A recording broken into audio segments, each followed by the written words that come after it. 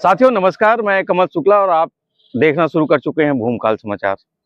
साथियों, एक प्रदेश की जो सरकार है और केंद्र की सरकार है, दोनों को अपने आयुष्मान कार्ड स्वास्थ्य योजना पर बहुत गर्व है और वे तरह-तरह के इसको लेकर दावे भी करते हैं। मगर जैसा हम लोग पिछले कुछ दिनों से देख रहे हैं कि प्रदेश में स्वास्थ्य सेवा का हाल बहुत बेहाल है और आयुष्मान कार्ड को जो मोदी की गारंटी के नाम से माना जाता है, उस गारंटी को कचरे के डब्बे में फेंक दिया गया है। रात 10 बजे से सुबह 10 बजे तक आयुष्मान कार्ड स्वीकार नहीं किया जाता। फिर नगद की लूट होती है, नगद में ही पैसे लिए जाते हैं, मतलब जीएसटी की भी सीधे-सीधे चोरी की जा रही है। एक तरफ जगह-जगह केस लूट काउंटर है और दूसरी तरफ एक ऐसे अस्पताल के सामने हम खड़े हैं, जहां केस लेस काउंटर के नाम से इस अस्पताल को जाना जाता है। प्रधानमंत्री मोदी जी भी पिछले दिनों आए थे और उन्होंने इस अस्पताल में अपने मन की बात करने के लिए इस अस्पताल को समझा। तो हमारे साथ अभी वरिष्ठ पत्रकार अभिषेक झा जी भी हैं और उस दिन वो यहाँ मौजूद रहे प्रधानमंत्री के दौरे के दौरान। तो उनसे जानना चाहेंगे कि पूरे नगर के सारे अस्पतालों को छोड़कर प्रधानमंत्री जी आखिर दिल की बात यहाँ के मरीजों से, यहाँ के कर्मचारियों से क्यों करना चाहते थे और वे उनके दिल में ऐसा क्या सपना है अस्पताल को लेकर, लोगों के स्वास्थ्य सुविधा को लेकर। आइए अभिषेक जी, आपका स्वागत। धन्यवाद। आपसे जानना चाहेंगे कि प्रधानमंत्री जी का सपना क्या है और इस अस्पताल का एक तरफ तो सब तरफ केस लूट काउंटर चल रहा है, जीएसटी की चोरी चल रही है और एक जो है इस अस्पताल के बारे में चर्चित है कि यहाँ केस लेस काउंटर है। अब देखिए, बहुत सारे विषय हैं जिन पर जांच तो लगातार लगता है कि होना चाहिए। खासतौर पे अस्पताल, मैं जब पिछले दिनों लोगों से बात कर रहा था तो मुझे किसी पुराने व्यक्ति ने बताया कि पुराने जमाने में जब कोई अस्पताल जाता था तो कहता था डॉक्टर नहीं, भगवान से मिलने जा रहा है। आपको याद ही होगा पिछले दिनों यहाँ पर प्रधानमंत्री जी का कार्यक्रम हुआ। आपके तमाम सुधी दर्शक भी जानते होंगे कि जब राज्योत्सव छत्तीसगढ़ अपनी रजत जयंती वर्ष मना रहा था, तब प्रधानमंत्री जी यहाँ पर विधानसभा का लोकार्पण करने पहुंचे जी। इस अस्पताल भी पहुंचे। ये अस्पताल सत्य साई हॉस्पिटल है। इस अस्पताल की खासियत जो है वो है कैश काउंटर का ना होना। हालांकि सबसे ज्यादा यहाँ पर जो इलाज होता है वो दिल के छेद जिन बच्चों को हो जाता है, हम आमतौर पर सुनते हैं कि कई बच्चों को दिल में छेद हो जाता है। एक तरह से बहुत खतरनाक बीमारी है जिसका इलाज बाहर में करने काफी महंगा, मतलब कोई परिवार को अगर उस तरह के दौर से गुजरना पड़ता हो तो उसकी त्रासदी को शायद उससे बेहतर हम नहीं महसूस कर सकते जी। तो उन दिनों मेरा कवरेज करने का यहाँ पर एक मौका मिला। तो एक छोटी सी मैंने स्थिति मेरे को देखने को मिली, आपको बताऊंगा तो आपके दर्शक भी सोचेंगे शायद कि वाकई दिल की बात हो तो कुछ ऐसी हो।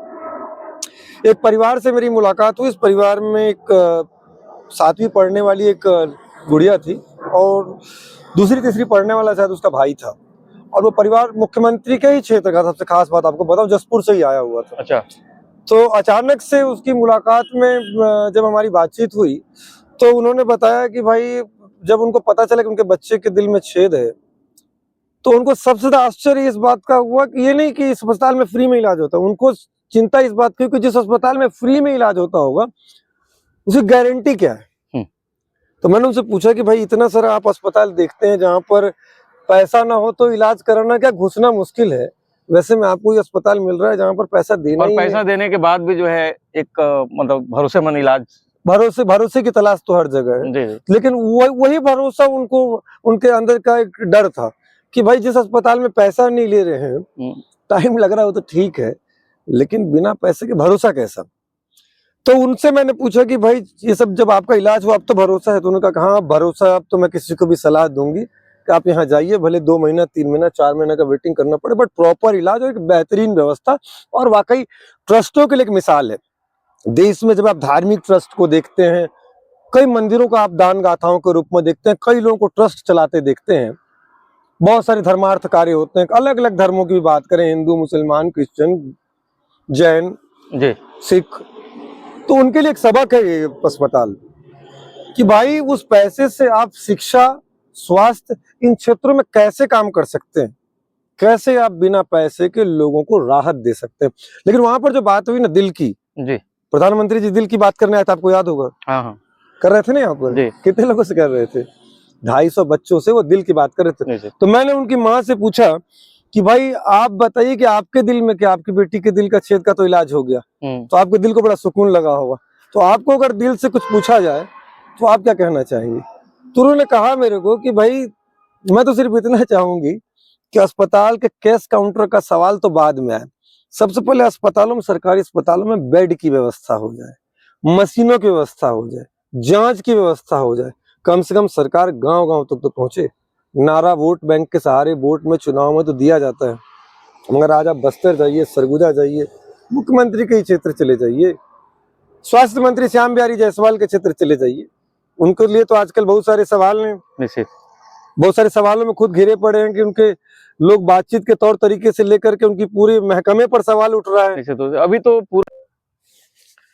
तो अभिषेक जी, हम इस हॉस्पिटल को एक अपवाद के रूप में माने, जहाँ पे वास्तव में दिल से और दया के साथ इलाज किया जाता है, लोगों को सहयोग किया जाता है। मगर अभी वर्तमान में हम पूरे प्रदेश के स्वास्थ्य व्यवस्था को देख रहे हैं तो वहाँ बहुत बुरा हाल चल रहा है। सबसे बड़ी बात तो प्रधानमंत्री की जो एक गारंटी, जो आयुष्मान कार्ड है, उसका ही यहाँ पे कोई महत्व नहीं है। अधिकांश हॉस्पिटल, रामकृष्ण हॉस्पिटल जैसे, तो पूरी तरह से इनकार कर देते हैं कि आयुष्मान कार्ड नहीं चलेगा। और कई हॉस्पिटल, लगभग अधिकांश हॉस्पिटल में रात 10 बजे से सुबह 10 बजे तक चलता नहीं। उसके बाद भी आयुष्मान कार्ड चलने से पहले नगद पैसा वसूला जाता है।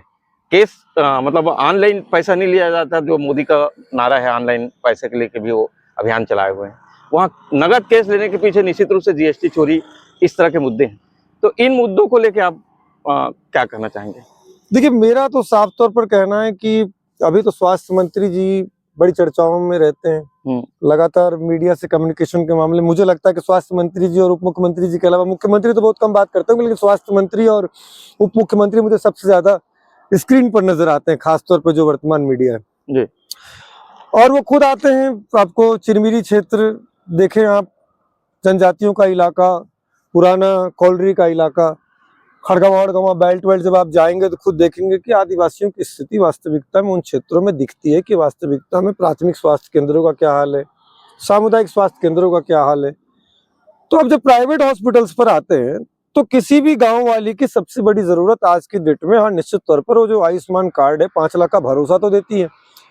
अब उस भरोसे के नाम पर जब आप अस्पताल में चले जाते हैं, मैं तो तब की बात कर रहा हूँ जब कार्ड का यूज शुरू हो जाए, उसके नाम पर अगर आप किसी अस्पताल में चले जाएंगे तो कभी उन वार्डों में जाकर के देखिए कि कैश देने वाले या बड़े इंश्योरेंस कंपनी से इलाज कराने वाले, उनके लिए किस तरह के बेड की व्यवस्था होती है, किस तरह के इलाज की व्यवस्था होती है, और आयुष्मान कार्ड से इलाज कराने वाले के लिए किस तरह से एक अलग तरह के वार्ड की व्यवस्था होती है। एक तरीके से वहीं पर बांट दिया जाता है कि भैया आप सरकारी योजना का लाभ लेकर आने वाले मरीज हो और आप क्या हो, उपेक्षा, उनके साथ उपेक्षा जी। तो ये उपेक्षा, अस्पतालों का अपना प्रबंधन और सरकार के अपने करामाती स्टाइल, सरकार जब तक नियंत्रण करेगी नहीं, सरकार उन सवालों का गंभीरता के साथ जवाब देगी नहीं, और उसके हिसाब से उसे लगेगा कि नहीं कि वास्तविकता में उसे विभागों पर ध्यान देना चाहिए। 2 साल का हनीमून पीरियड नए मंत्रियों के लिए काफी होता है। वैसे ही पुराने मंत्री आप सदन में देख रहे हैं, अजय चंद्राकर बहुत जोर शोर से मुद्दे उठा रहे हैं। पुराने तमाम जो विधायक हैं, जो पुराने वरिष्ठ हो गए, उनकी अपनी कसक है। अभी आपने देखा कि कोरबा कलेक्टर का ट्रांसफर हुआ तो पुराने मंत्री रहे ननकीराम कंवर जी की मुस्कुराहट सामने आ गई। तो ये समझ में आता है कि कहीं ना कहीं जो नई सरकार है बीजेपी की 2 साल वाली, क्योंकि पुराना तो 15 साल वाली रमन सिंह जी की सरकार थी अभी, लेकिन ये जो 2 साल वाली सरकार अभी हुई है, इसको भले IIM से ट्रेनिंग मिल गया प्रबंधन का, मगर प्रबंधकीय गुण सीखने के लिए इसे थोड़ा मेहनत करने की जरूरत है, तब जाकर के अस्पतालों का बेहतर प्रबंधन आप देख पाएंगे। और जितने सवाल उठ रहे हैं उस पर तो निश्चित तौर पर जांच की जरूरत है। निश्चित रूप से अभिषेक जी ने काफी कुछ साफ किया है, और हम एक बार फिर भूमकाल समाचार की तरफ से बता देना चाहेंगे कि यहाँ के स्वास्थ्य व्यवस्था को एक धंधे के रूप में लिया गया है, और बड़े बड़े मंत्रियों और बड़े बड़े नेताओं का पैसा लगा है, चाहे कांग्रेस के हो चाहे भाजपा के हो। तो हम लोग चाहेंगे कि अगली बार जब प्रधानमंत्री आए तो उन सारे हॉस्पिटलों में भी जहाँ भी ये व्यवस्थाएं हैं वहाँ भी दिल की बात कर सकें।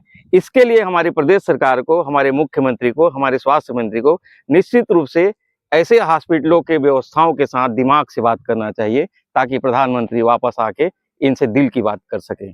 धन्यवाद। मैं कमल शुक्ला और आप देख रहे हैं भूमकाल समाचार।